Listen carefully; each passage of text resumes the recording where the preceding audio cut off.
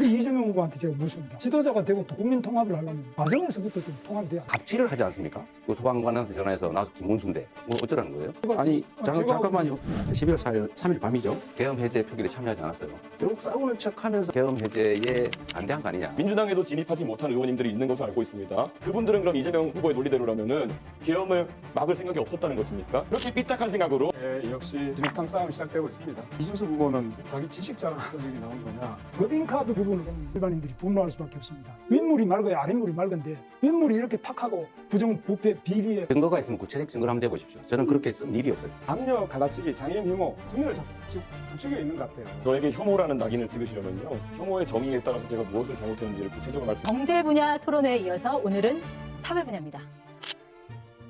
대통령이 되겠다는 사람이 기본적인 최소한의 인륜을 다 무너뜨린 이런 분들이 대통령이 되겠다는 데 대해서 시중에서 너무너무 걱정을 많이 하고 있습니다. 공직자로서 가장 부패한 사람, 대장동 비리부터 백현동 비리로 법인카드를 쓴다든지 우리 이재명 후보한테 제가 묻습니다. 네. 지도자가 되고 또 국민 통합을 하려면 가정에서부터 좀 통합이 돼야 안 됩니까?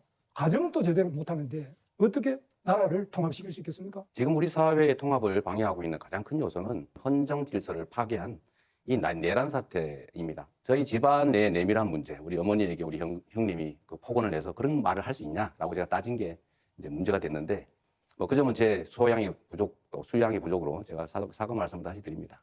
그러나 김문수 후보는 이런 말을 할 자격이 없죠. 본인은 갑질을 하지 않습니까? 그 소방관한테 전화해서 나도 김문수인데 뭐 어쩌라는 거예요? 그렇게 권력을 남용하면 안 된다는 말씀을 드리면서 제가 김문수 후보한테 이거 질문 한번 드리고 싶어요.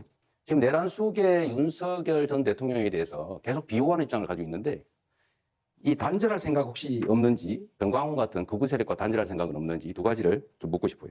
제가 거꾸로 묻습니다. 이재명 후보는 진보당하고 같이 연합공천을 해가지고 울산 북구에도 국회의원 당선시켰죠. 진보당의 이석기 바로 통진당 후예 아닙니까? 그러면 그건 내란이지. 자기 자신을 먼저 돌아봐야 된다. 말씀을 피하신 걸로 보면 단절할 의사가 전혀 없어 보이고 여전히 내란 세력을 비호하는, 정광훈 목사가 감옥을 갔을 때 눈물을 흘린 그런 관계를 여전히 청산하지 못하시는 것 같은데, 허위 사실을 이야기하면 안 됩니다. 뭐 눈물을 흘리는 거는 정황훈 목사 가서 무슨 눈물을 흘리는지 그 말이 안 되는 거짓말을 또 계속 여기서 하시면 눈물이 그것도 난다라고 한 허위사실 영상이 있던데요. 그러니까 이거는 허위사실 유포죄로 또 지금 다시 지금 그 걸리면은 아주 누범, 재범, 뭐 개전의 그 여지가 없습니다. 역시 진흙탕 싸움이 시작되고 있습니다. 김문수 후보에게 먼저 묻겠습니다. 김문수 후보께서 누구라도 부정선거 의혹을 제기하면 선거관리위원회에서 해명할 노력을 계속해야 한다라고 발언을 하셨더라고요. 그러니까 윤석열 씨가 제기하는 부정선거 의혹을 정당하다고 지금 말하고 계시는 겁니까? 그건 제가 지금 답할 문제도 아니고 윤석열 대통령이 부정선거 의혹을 제기하는 것은 그분이 한 것이지 제가 한 것도 아니고 저는 한 번도 그런 문제를 제기한 적이 없습니다. 지금 이 자리에 우리와 함께 서 있는 이재명 후보의 생각에 대해서 좀 궁금해할 필요가 있다 생각합니다. 2012년 대통령 선거 이후에도 부정선거를 주장하는 사람들이 있습니다. 김어준 씨나 이런 분들 중심으로. 그런데 이재명 후보도 사실 이것에 동조해가지고 부정선거에 관한 내용을 공유한 바가 있습니다. 그래서 이것에 대해서 아직까지 입장을 같게 가져가시는지 궁금하고요. 천안함에 대해서도 잠수함과 충돌했다, 연구 결과 나와라는 내용을 공유하면서 천안함 음모론에 동조하는 모양새를 보여줬습니다. 제가 말씀드렸던 부정선거는 국정원이 댓글 조작을 통해서 국민 여론을 조작했기 때문에 그 측면에서 부정선거라고 한 거지, 무슨 투개표를 조작했다 이런 차원의 윤석열이나 우리 김문수 후보가 관심 갖는 그런 부정선거는 아니라는 말씀 하나 드리고, 천안함은 저는 정부 발표대로 북한의 공격이었다는 것이라고 공식적으로 제가 숫자 발표했다는 말씀을 드립니다. 덧붙여서 제가 이준석 후보한테 이거 하나 여쭤볼게요. 12월 4일 3일 밤이죠. 다른 사람들은 전부 국회 담을 넘어서 정말 들어가 전부 계엄 해제에 참여했는데 본인은 왜 담을 넘어가자는 그 참모 보좌관이 넘어가자고 했는데 계속 말다툼을 하면서 결국은 계엄 해제 표결에 참여하지 않았어요. 저는 이게 결국 싸우는 척하면서 결국은 실제로는 계엄 해제에 반대한 거 아니냐. 저는 결국 이재명 후보가 음모론적이고 세상을 참 삐딱하게 보고 있다는 것을 다시 한번 증명하고 있다, 이런 생각을 합니다. 계엄이 터졌을 때 아마 귀당에 계신 분들께 아마 여쭤보면 알 겁니다. 저는 귀당에 있는 의원들과 계속 소통하고 있었습니다. 민주당에도 진입하지 못한 의원님들이 있는 것으로 알고 있습니다. 그분들은 그럼 이재명 후보의 논리대로라면은 계엄을 막을 생각이 없었다는 것입니까? 그렇게 삐딱한 생각으로 우리 당 의원 보는 시각과 다른 당 의원 보는 시각이 다르기 때문에 이재명 후보가 갈라치기하고 우리 편 아니면 다 적이라고 본다는 그런 이야기를 듣는 겁니다. 굉장히 안타깝고요. 저는 국민의힘의 이야기에 대해 가지고 단 한 번의 예외 없이 단일화에 관심 없다고 이야기하고 있습니다. 이재명 후보는 그냥 본인의 망상 속에서 계속 그것만 두려운 겁니다. 그래서 이런 아주 중요한 정책을 물어봐야 되는 자리에서 자기 궁금증 해소하러 나오신 거거든요. 저는 이런 것들은 이재명 후보가 굉장히 편협한 시각을 갖고 있다는 확신을 국민에게 줄 거라 봅니다. 김문수 후보님 군 가산제 지금 재도입하겠다고 공약하셨죠. 저는 이게 젊은 시절에 강제로 의무적으로 입대하는 남성 청년들을 보호할 필요가 있다고 생각해요. 나 또 한편으로는 여성 인권에 대한 배려도 필요하다. 저는 그래서 예를 들면 군 복무 크레딧 같은 거, 군 호봉 가산제 이런 걸 도입해야 된다고 지금 주장을 합니다. 이거는 여성들에게 또는 군 복무를 안 하는 사람한테 피해를 주지는 않거든요. 그러나 군 가산점 제도는 누군가에게 불이익을 주지 않습니까? 상대적인 거니까.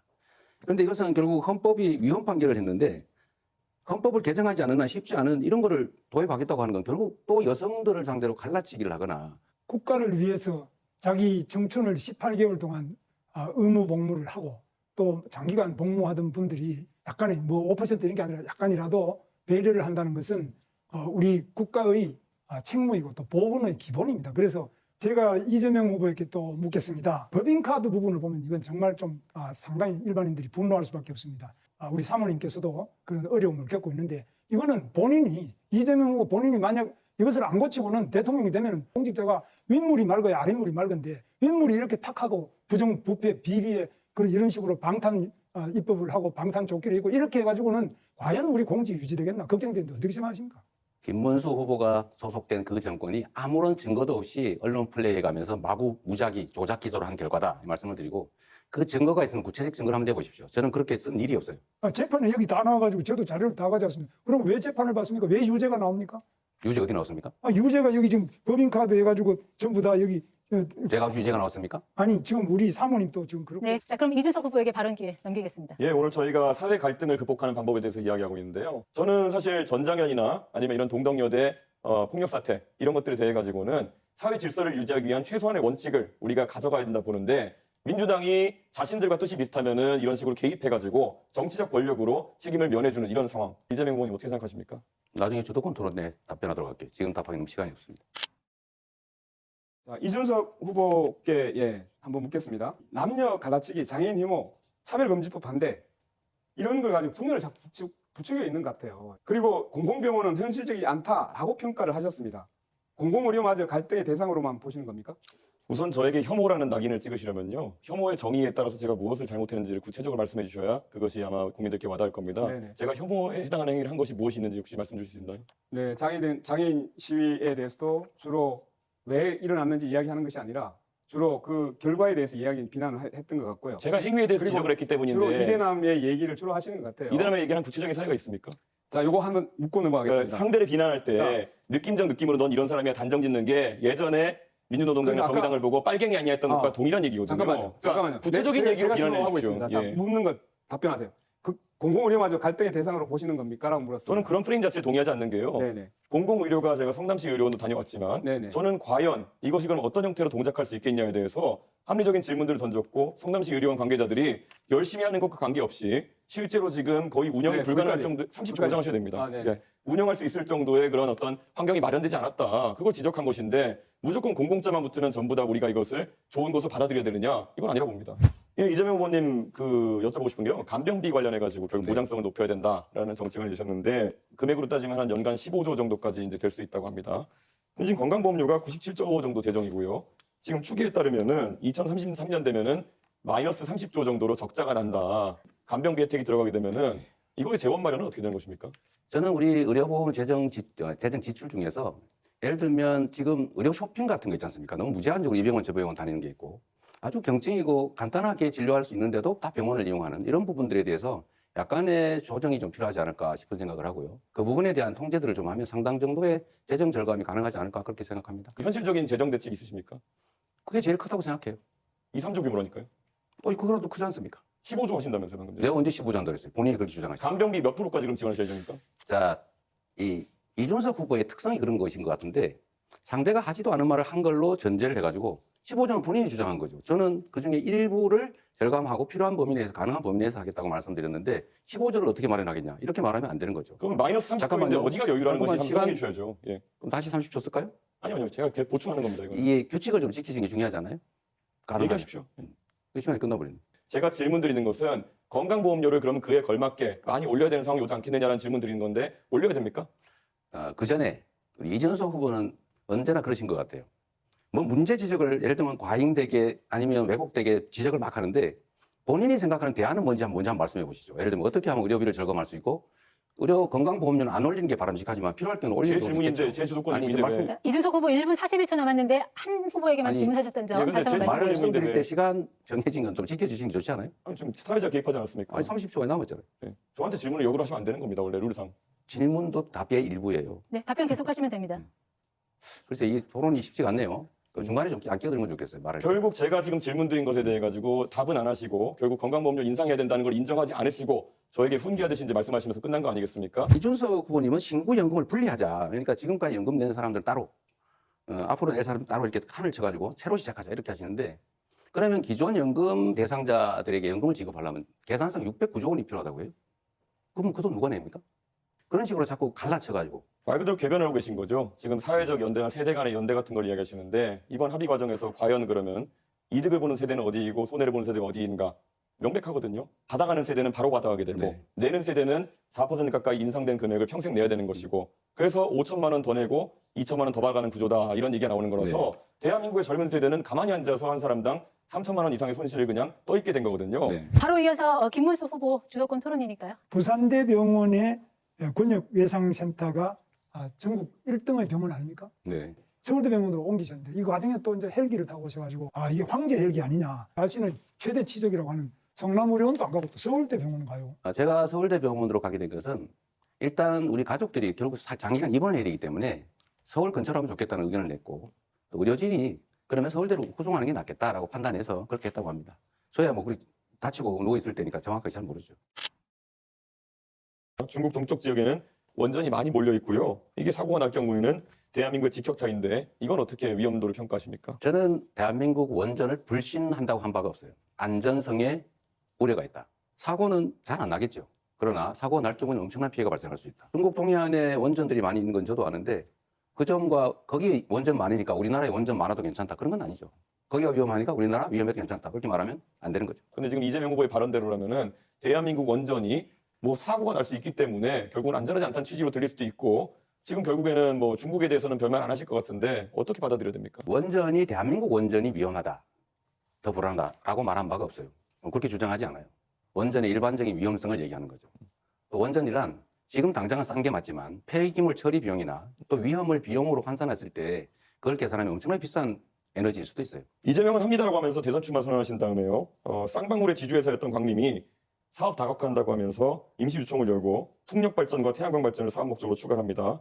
올해 25년 1월부터는 재생에너지 유지부 사업을 본격화한다고 있습니다. 이 광림의 토양 경영을 담당하는 분이 황윤석이라는 분인데 이분이 감정평가사로 후보님 성남에 시장하실 때 성남에서 네. 부동산 업무하셨던 이준석 분입니다. 후보님. 이런 분의 이름이 같이 나오는 것에 대해 가지고 재생에너지 관련해 가지고 혹시 이재명 후보가 대장동이나 아니면 여러 사건에서 결국 사적인 이익을 추구한 것이 아니냐는 의심 받는 것처럼 또 다른 의심 받을 수 있다. 뭐 황모신지는 뭐 제가 알지도 잘 모르겠는데 뭘 하는 사람인지 모르십니까?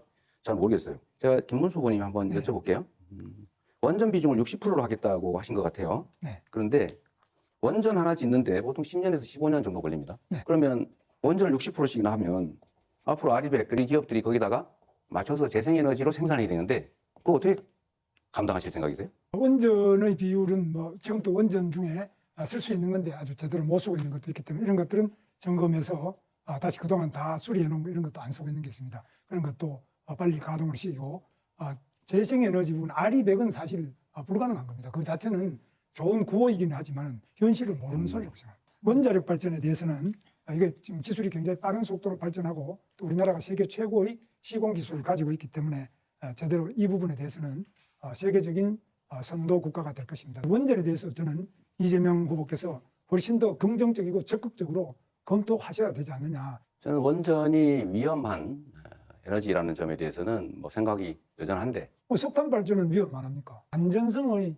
자꾸 이야기하면서 원자력 발전의 위험성을 무슨 판도라 영화 같은 거 이런 것처럼 그럼 혹시 안전연구소라든지 원자력 발전하는데 이런 데 가보셨습니까? 꼭 그걸 가봐야 하는 것은 아닌데 가봐야 좀 가보지는 알죠. 않았어요. 가보지는 않았지만 네. 핵폐기물 그거 정말 위험하잖아요. 처리 못하고 지금 쌓아놓고 있지 않습니까? 또 실제로 폭발 사고는 안 날 거라고 다 조심했죠. 일본인들 조심하지 않았겠어요? 최선을 다했겠죠. 후쿠시마는 그 폭발한 게 아니지 않습니까? 원자력이 위험하다고 하려면 원자력 발전소로 가보든지 원자력 연구소도 대전에 가실 때 한번 들러보세요. 우리 이준석 후보는 어떻습니까? 카이스트 같은 데서도 이런 연구도 좀 하시는 거 아닙니까? 당연하죠. 그리고 이재명 후보가 아까 원전을 가보지도 않았다라고 말씀하시는 것에서 얼마나 이념에 경도되어 가지고 원전에 대한 오해를 하고 계신지를 좀 우리 국민들께서 아실 것 같다 이런 생각이 듭니다. 제가 듣다 보니까 이준석 후보는 꼭 자기 지식 자랑으로 여기 나온 거냐라는 생각이 들 정도예요. 이념의 문제로 이 원전과 재생에너지를 바라보는 것은 누가 그렇게 이념의 문제로 봅니까? 굉장히 당황했습니다. 저는 기후 환경에 대해 가지고 젊은 세대가 가진 방향성이 딱 이것이다라고 우리 권영국 후보님께서 규정하지 않으셨으면 좋겠습니다. 방금 저와 김문수 후보가 나눴던 대화 같은 것들도요. 충분히 젊은 세대의 공감을 사고 있는 경우도 있고 특히 거기에 더해서 원자력 발전에 대한 부분은 이미 지난 문재인 정부의 이념적인 행동 네, 때문에 거기까지 듣겠습니다. 이념적이라고 판단하는 국민들이 있는 거 아시지 네, 않습니까? 거기까지 듣겠습니다. 예. 제가 별칭 하나를 한번 드리겠습니다. 네. 기후 없는 이준석 어때요? 굉장히 좋은 것 같은데. 헌정 질서를 파괴한 세력들이 다시 돌아오게 할 수는 없습니다. 유능한 선장이 필요합니다. 충직한 일꾼이 필요합니다. 준비된 그리고 유능한 충직한 저 이재명이 새로운 대한민국, 진짜 대한민국을 꼭 만들겠습니다. 저는 민주화를 위해서 평생을 살아온 사람인데 지금 민주당은 입법 독재를 넘어서 사법 독재, 삼권 독재로 치닫고 있습니다. 6월 3일 저 김문수와 함께 이 대한민국의 민주주의를 지키고 독재를 막아냅시다. 오늘 토론만으로 다 담지 못한 절박함이 많이 남아 있습니다. 차별과 싸우는 장애인 활동가들, 비동의 강간죄를 요구하는 성폭력 피해 생존자들, 직장 내 괴롭힘 피해자 고 오요한나 유가족들, 시간이 없어서 다 말하지 못해 너무나 가슴이 아픕니다. 이들에게 기댈 언덕이 되겠습니다.